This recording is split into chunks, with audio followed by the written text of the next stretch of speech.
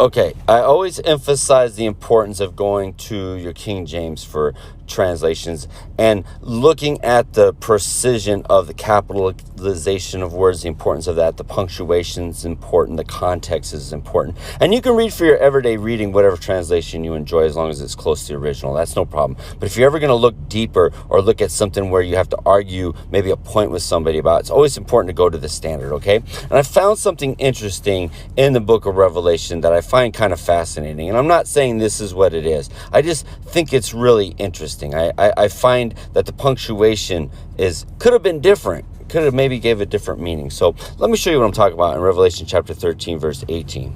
Here is wisdom. Let him that hath understanding count the number of the beast, for it is the number of a man, and his number is 666. Now, people are familiar with this. This is talking about the mark of the beast, okay? But it has a colon and a semicolon in there. When it looks where the semicolon could have been, it could have just been a normal comma, okay?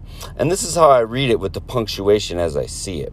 Here is wisdom. Let him that hath understanding count the number of the beast, for it is the number of a man, and his number is 666.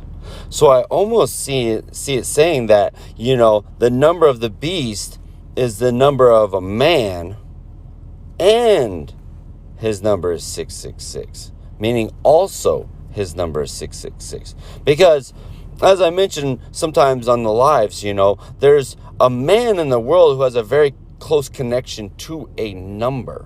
It's almost like it is him, like it is his personality. It is who he is. He's taken that number unto himself, not to mention the 666. So something I was thinking about, not saying that's what it is, I just find it kind of interesting that the punctuation is a semicolon there, okay? And this is how I look at Scripture. This is how Scripture is written. It didn't have to be a semicolon there. It could have been, and this is his number. It says, for it is the number of a man, and his number is 666.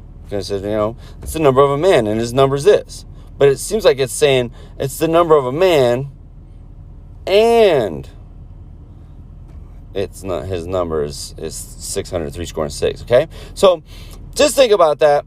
Put that on the back burner. If it helps you, fine. If it doesn't, fine, as C.S. Lewis puts in Mere Christianity. But just something I find interesting. He'll have the 666. He'll have that as part of his personality and what he puts out in the world for sure. But there's also a man in the world who has a number associated with his name very closely. In fact, he identifies it with it very strongly. So think about that.